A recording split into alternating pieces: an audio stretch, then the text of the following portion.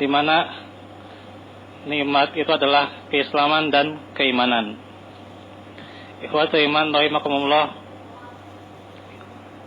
di dalam ayat-ayatnya yang agung tentu kita dituntut untuk sebanyak-banyaknya beramal, apalagi di dalam bulan yang mulia ini, bulan yang penuh faedah, yang penuh fadilah, sehingga seharusnya kita manfaatkan hingga kita tiada waktu kecuali hanya untuk amal soleh saja. Tiada hari kecuali kita hanya beramal soleh. Itulah yang kita prioritaskan di dalam kehidupan ini, karena kita di dalam hidup kita harus beribadah kepada Allah Subhanahu wa taala.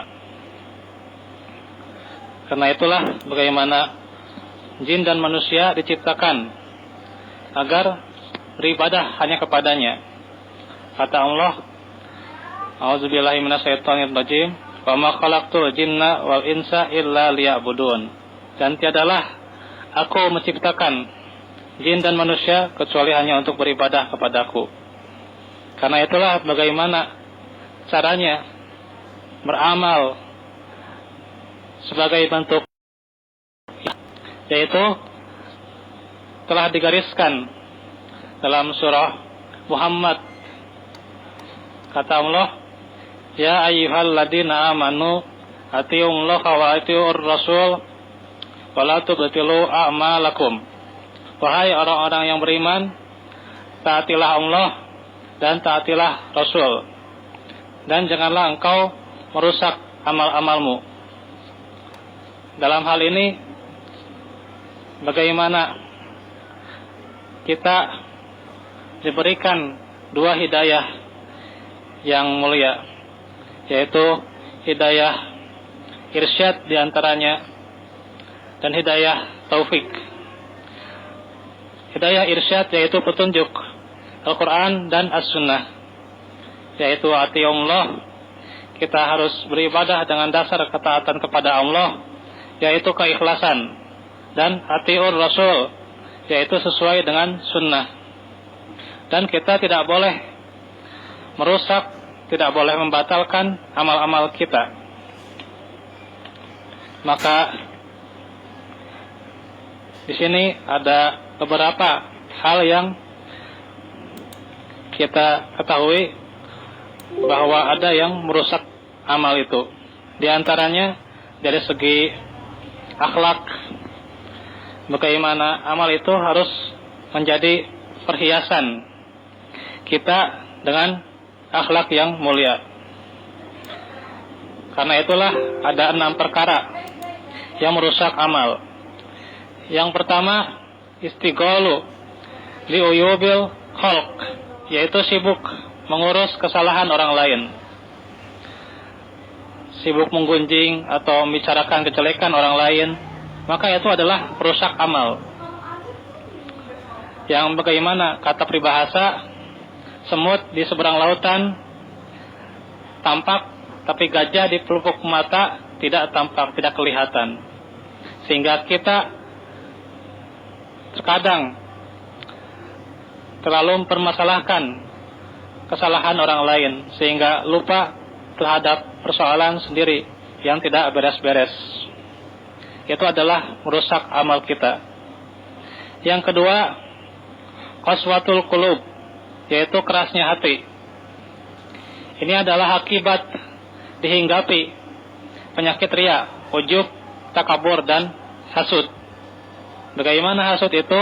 Kata Nabi, seperti api membakar kayu. Karena itu akan melahap amal-amal kita. Kerasnya hati ini adalah sangat mengganggu keharmonisan bersama.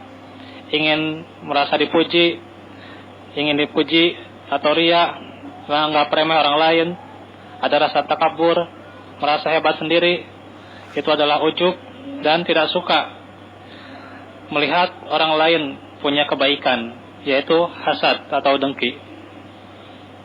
Ketiga, hubbud dunia, cinta dunia. Orang yang cinta dunia tidak akan diterima amal-amalnya. Karena itulah kata Allah, ulaika habitat a'maluhum. Mereka itu adalah orang-orang yang terhapus amal-amalnya, tidak akan bermanfaat amal-amalnya.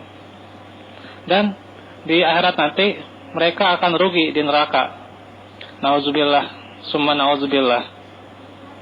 Karena itulah bagaimana banyaknya kekayaan, banyaknya uang, pangkat, jabatan dan sebagainya, itu akan tanggung jawab nanti bagi kita di akhirat, urusan nanti.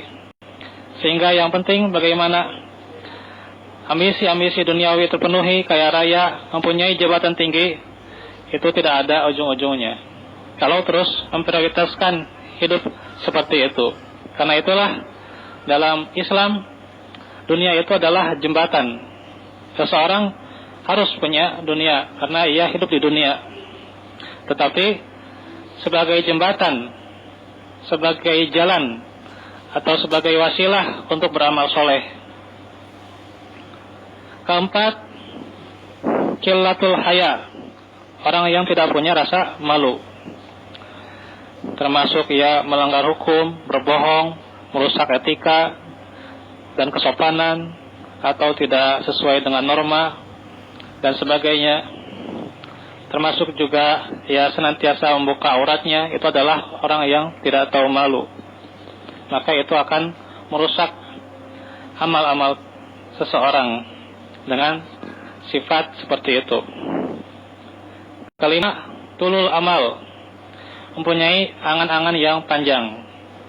Ia mengejar ambisi dan rencana tanpa ditunjang dengan keilmuan, tanpa perangkat yang memadai, sehingga ia mengandalkan untung-untungan saja, seperti judi. Jadi ia terus mengangan-angankan kehidupan dunia dan merencanakan ingin begini dan begitu, tapi tanpa rencana yang matang, alias dia banyak berpikir, banyak melamunkan akan masa depannya. Padahal yang intinya itu adalah action, amalnya itu. Karena action itu akan melanggengkan ia pada tujuannya. Apakah ia menjadi orang yang rugi atau orang yang beruntung. Baik beruntung di dunia dan juga beruntung di akhirat. Itu adalah harapan kita.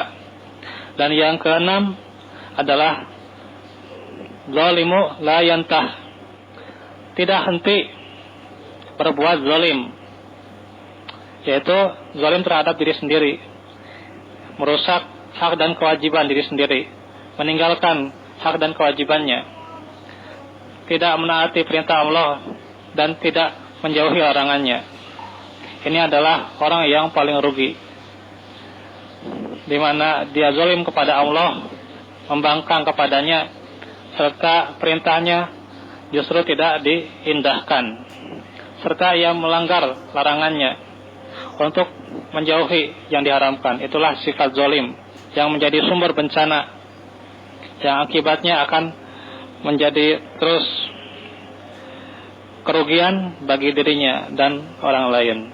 Semoga tentunya kita termasuk orang-orang yang menghindari 6 perbuatan ini yang akan merugikan hidup kita maupun diri kita dan juga orang lain, sehingga kita beruntung dan sukses hidup di dunia dengan beribadah kepada Allah, dan juga di akhirat kita bisa meraih kebahagiaan di jannahnya. Walafu minkum Rabbana atina fid dunya hasanah wa fil akhirati hasanah wa qina azabannar. Wassalamualaikum warahmatullahi wabarakatuh.